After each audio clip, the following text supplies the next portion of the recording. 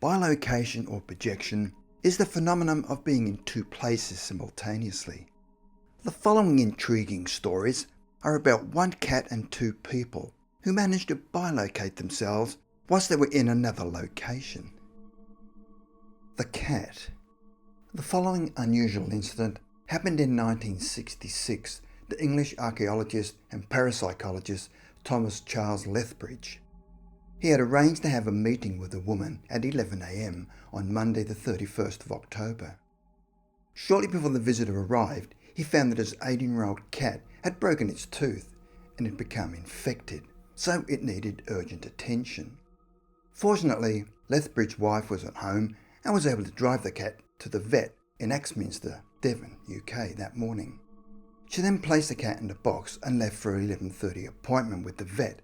As his wife was driving up a hill, she passed her husband's visitor, who had been coming in the opposite direction. The visitor had arrived at the house at exactly 11 a.m. with her sister, who had driven her there. Well, Lethbridge then escorted them to the study and noticed that the time was now 11:07 a.m. As the lady was about to sit down, she said to Lethbridge, "So this must be the cat you often talk about in your books." Lethbridge then looked across the room and noticed that his cat was standing on the fire stool and was sniffing his visitor's hand. Lethbridge then confirmed to the woman that it was his cat and thought no more of it. The cat then jumped from the stool and headed to the corner of the room, towards his drinking bowl, but then walked right past it.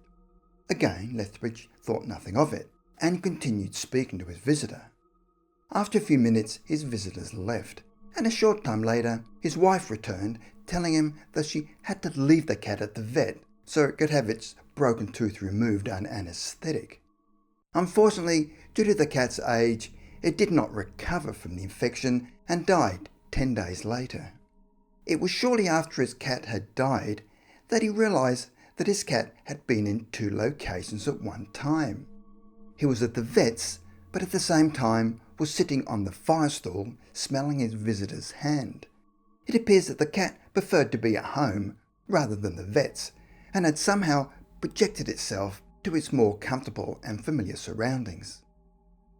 An unusual haunting. The following events took place in the 1890s, where a woman by the name of Constance Butler had experienced what could have been either bilocation or astral projection. Her story initially takes place in Ireland, where she said to her husband at breakfast that she'd had the most amazing dream, where she'd visited a beautiful house with a conservatory and an enchanting garden. She said the house appeared to be so perfect. She went on to have the same dream on numerous occasions at the same property, where she is sitting in the library, walking on the terrace and throughout the bedrooms and the rest of the house. She would tell her story at dinner parties, where they would always ask her whether she's recently visited the beautiful house during the night. A few years later, the Butlers moved from Ireland and went to look at various properties in Hampshire and southern England. As they approached one of the houses, she stood at the front and said to her husband, "You know, this is a house that has been appearing in my dreams. I have no doubt about it whatsoever." The housekeeper offered to show them around the house, but Mrs. Butler asked them whether it would be okay if she did the showing, and she walked around the house because she knew where everything was, as she'd seen it so often in her dreams. However, when they reached the upstairs passage, she became confused and said to the housekeeper, "That door is not in my house." The housekeeper replied saying, "I don't understand your house, ma'am, but that door has only been there for 6 weeks. It seems the recent renovation had not reached Mrs. Butler's dreams." They decided to buy the house and were surprised at the extraordinary low price. Yet no one could tell them why it was so cheap. The moment they had entered the agency, the estate agent looked at Mrs. Butler with a look of distress, and after signing the relevant papers with the agents and were now committed to buying the house, they asked again why the price of the property was so low. The agent then stared at Mrs. Butler and said, "Well, I suppose there's no harm in telling you that the house price is low because the house has a reputation for being haunted. But you, madam, should have no concerns about who is haunting the house because you are the ghost." It seems that on the few occasions the agent had visited the house, he had seen the ghost, and was more than surprised when the ghost walked into the agency. All the while Mrs. Butler believed she was dreaming, she was actually haunting the house. The day nurse. The following unusual event took place in May 1936 at the Middlesex Hospital in the UK.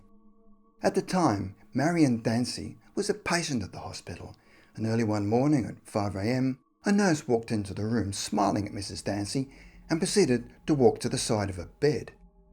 As the nurse approached the bed, Mrs. Dancy said, "Good morning, how nice to see you. But why are you on duty now?" Mrs. Dancy had recognised the nurse as one of the day staff and was surprised to see her turning up on the evening shift. No sooner had Mrs. Dancy greeted the nurse when she completely disappeared in front of her. The following day, when the staff came on duty, the nurse was not amongst them. After making inquiries about the nurse, she was told that she'd taken ill during the night. Although the scenario that Mrs. Dancy had encountered early that morning had all the markings of a death apparition, this was not the case, as the nurse made a full recovery from her illness. The nurse had somehow projected or bilocated herself to the hospital while she was sick in bed, maybe out of concern for her patients.